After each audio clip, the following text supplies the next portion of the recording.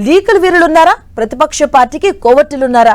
ప్రభుత్వానికి ఎరకాటం పెట్టేందుకు ప్రతిపక్షం కోవర్టులను సెట్ చేసుకుందా? మరి హిల్ట్ పాలసీ లీక్ వెనుక ఎవరి హస్తం ఉంది? ప్రభుత్వ విచారణలో ఏం తేలింది? విజిలెన్స్ రిపోర్టులో ఎవరి పేర్లున్నాయి? తెలంగాణ ప్రభుత్వంలో ఉన్న ఇంటి దొంగలెవరు? ప్రభుత్వం యాక్షన్ కు సిద్ధమవుతుందా? Have a look.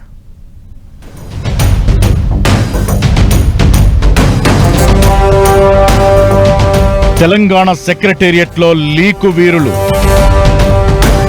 ప్రతిపక్ష పార్టీకి కోవట్లు. హిల్ట్ పాలసీని లీక్ చేసిందెవరు? తెలంగాణ సెక్రటేరియట్లో ఇంటి దొంగలున్నారా? సమాచారాన్ని ప్రతిపక్షానికి చేరవేసే నారదులు ఉన్నారా? హిల్ట్ విషయంలో కాంగ్రెస్ ప్రభుత్వం ఇదే నిజమని భావిస్తోంది.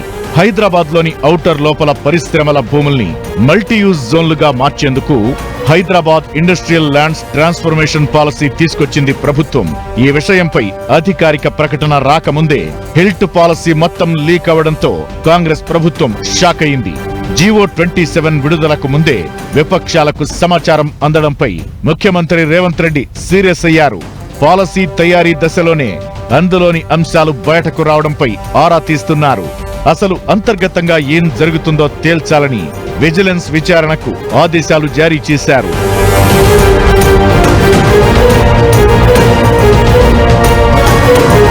హిల్ట్ పాలసీకి సంబంధించిన ఫోటోషాప్ స్లైడ్స్ బయటకొచ్చినట్లు గుర్తించారు.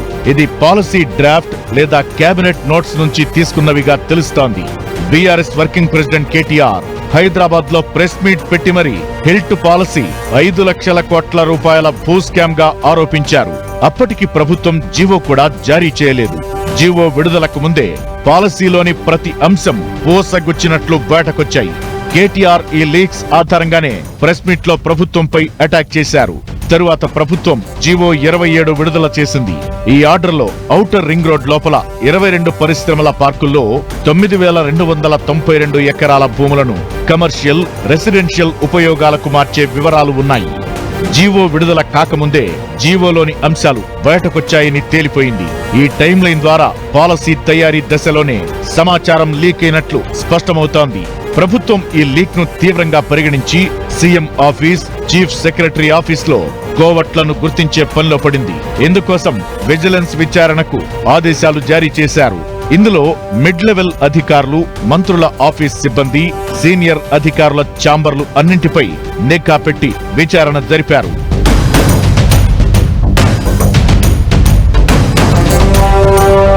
అంతర్గతంగా ఏం జరిగిందనే దానిపై విజిలెన్స్ విచారణ పూర్తి చేసి నివేదికను సిఎస్ రామకృష్ణారావుకు అందించారు. ఆ రిపోర్ట్ ఇప్పుడు ముఖ్యమంత్రి రేవంత్ రెడ్డి టేబుల్ పైకి వచ్చి చేరింది. దీంతో ప్రభుత్వ పెద్దలు విజిలెన్స్ రిపోర్ట్ ను క్షుణ్ణంగా పరిశీలిస్తున్నారు. లీక్స్ కు కారణం ఎవరు? అసలేం జరిగింది? ఎలా జరిగింది? ఎప్పటినుంచి ఈ తతంగం జరుగుతోంది? ఇతర శాఖల్లో ఎంతమంది ఉన్నారో మొత్తం ఆరా తీస్తున్నారు. అన్ని లెక్కలు తేలిన తరువాత యాక్షన్ తీసుకోనున్నారు.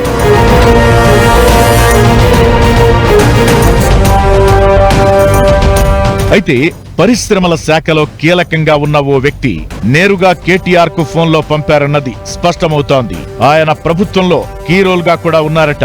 ఇప్పుడే ఆయన్ను బోన్ ఎక్కించకుండా పక్కా ఆధారాలు సేకరించి చర్యలు తీసుకోవాలని భావిస్తోంది ప్రభుత్వం.